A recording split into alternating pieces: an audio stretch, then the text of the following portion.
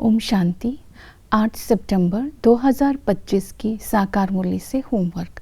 आज की मुरली से फ्लो चार्ट को देखते हुए किसी भी एक पॉइंट का चिंतन कर उसे आज प्रैक्टिकल में लाने का लक्ष्य रखेंगे और देखेंगे फ्लो चार्ट के पॉइंट अगर बुद्धि में रहते हैं तो मुझे प्रैक्टिकल में मुरली से क्या फ़ायदा होता है, क्योंकि अभी की धारणा ही भविष्य का पद निश्चित करती है। तो आज की मुरली से जैसे कि हम लक्ष्य लेते हैं अमर लोक में नर से नारायण बनने जैसा ऊंच पद पाने के लिए पुण्य आत्मा बनने का पुरुषार्थ करना है। आज हम स्वमान लेते हैं, मैं सदा स्नेही आत्मा हूँ। अंतर्मुखी बन, एक बाबा दूसरा ना कोई, इस स्मृति से लवलीन स्थिति से और अटूट बाबा के साथ लिंक रखकर मैं सदा बाप की याद और बाप की सेवा में बिजी रह करके स्वयं को निर्बंधन बना करके अन्य आत्माओं को भी सेवा कर रही हूँ। इस सेवा से माया जीत, मेहनत मुक्त और प्रकृति जीत बनती जा रही हूँ। ऐसी आत्मा को ही सदा स्नेही का टाइटल मिलता है। तो प्रैक्टिकल में होमवर्क रहेगा। चक्रवर्ती राजा की जो विशेषताएं हैं अगर संगम युग पर अपने जीवन में धारण कर लें तो उससे क्या फ़ायदा होगा।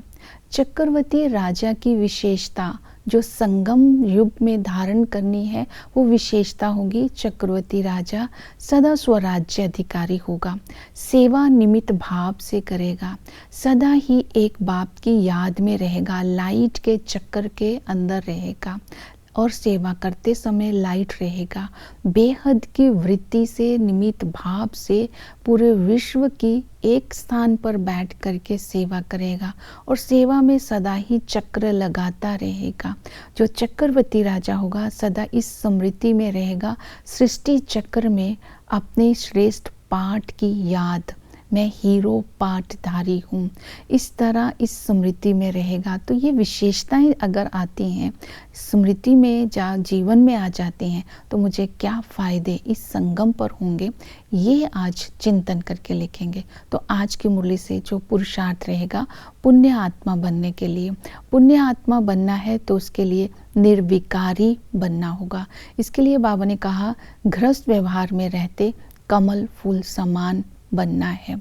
कमल का फूल हमेशा डिटैच होता है, न्यारा होता है, हल्का होता है, प्रभाव से मुक्त होता है।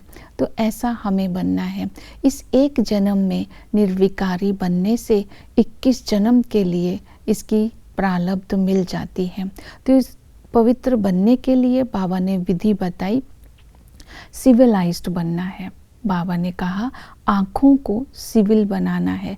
आधा कल्प से क्रिमिनल आई होने का संस्कार पड़ गया है, बुद्धि बार बार चली जाती है। तो सिविलाइज्ड बनने की विधि है जन्म की स्मृति। संगम युग पर शिव बाबा पहले ब्रह्मा को एडॉप्ट करते हैं, फिर हमारी रचना करते हैं। हम ब्रह्मा मुख वंशावली ब्राह्मण ब्राह्मणियाँ हैं।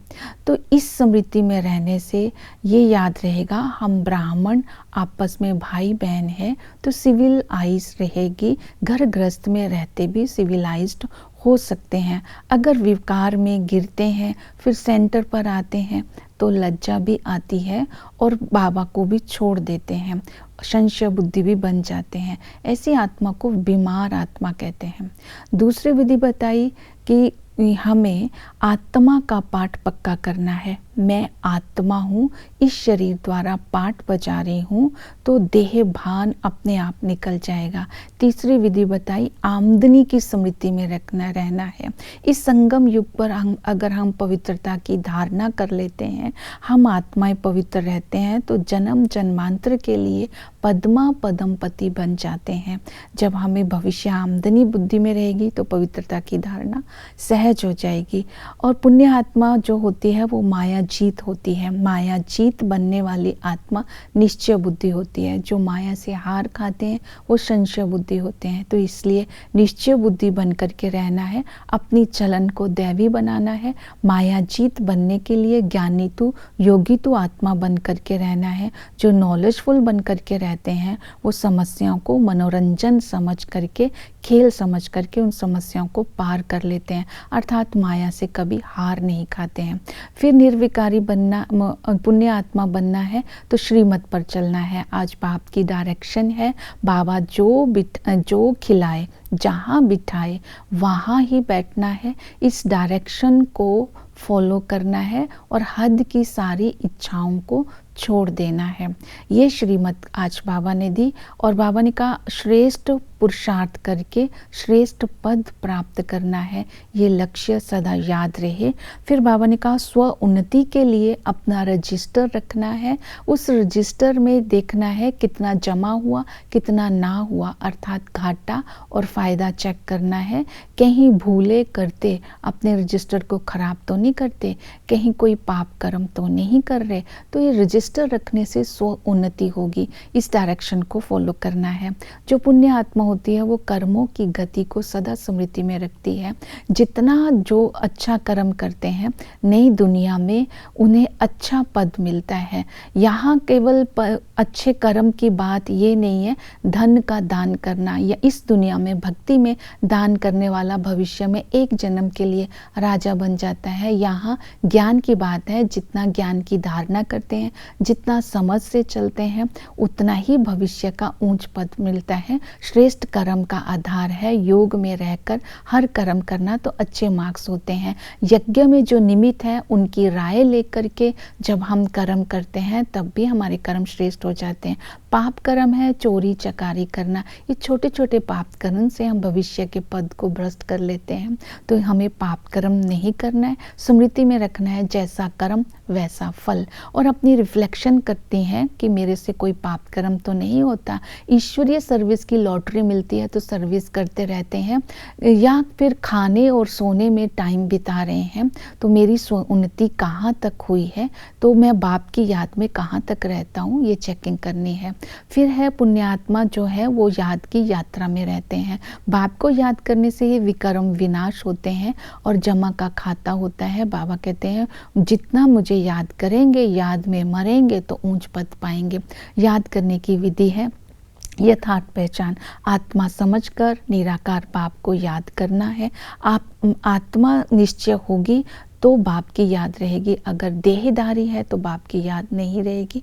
बाबा के साथ संबंधों का अनुभव करते रहना है। पिता के संबंध से बेहद के बाप से बेहद का वर्षा मिलता है।